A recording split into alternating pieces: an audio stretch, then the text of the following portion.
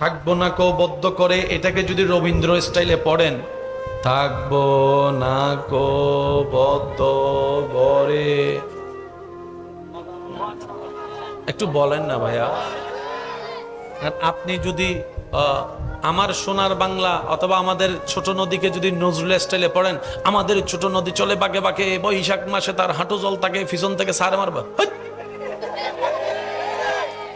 কিসের সাথে তুই কি মিলালি?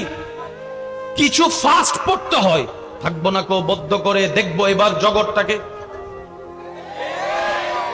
কিছু স্লো স্লো পড়তে হয়, কিছু স্লো পড়তে হয়, কিছু স্পিডে পড়তে হয়, কিছু গরম করে পড়তে হয়। গরমটা ঠান্ডার সাথে মিলবে, ঠান্ডাটা স্পিডের সাথে মিলবে। এবার কোরআনের মওজাজা দেখেন,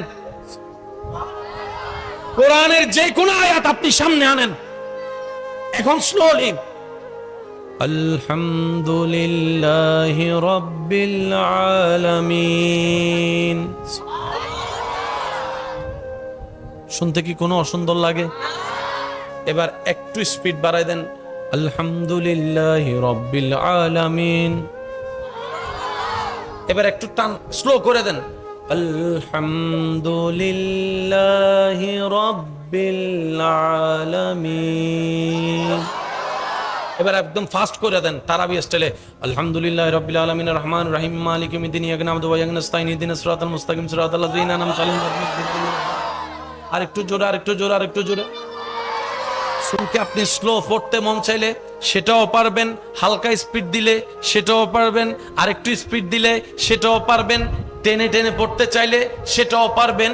কোরআন পৃথিবীর বুকে সেই স্বতন্ত্র কিতাব, যেই কিতাবকে বান্দারা যেই সুরে মন চাই, যেই স্টাইলে মন চাই পড়তে পারবে, প্রত্যেক স্টাইলটাই আলোকিত সুন্দর হয়ে যাবে।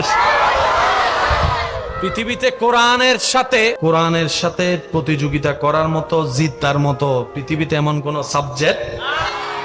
এবার শব্দগুলোকে একটু মনে রাখবেন।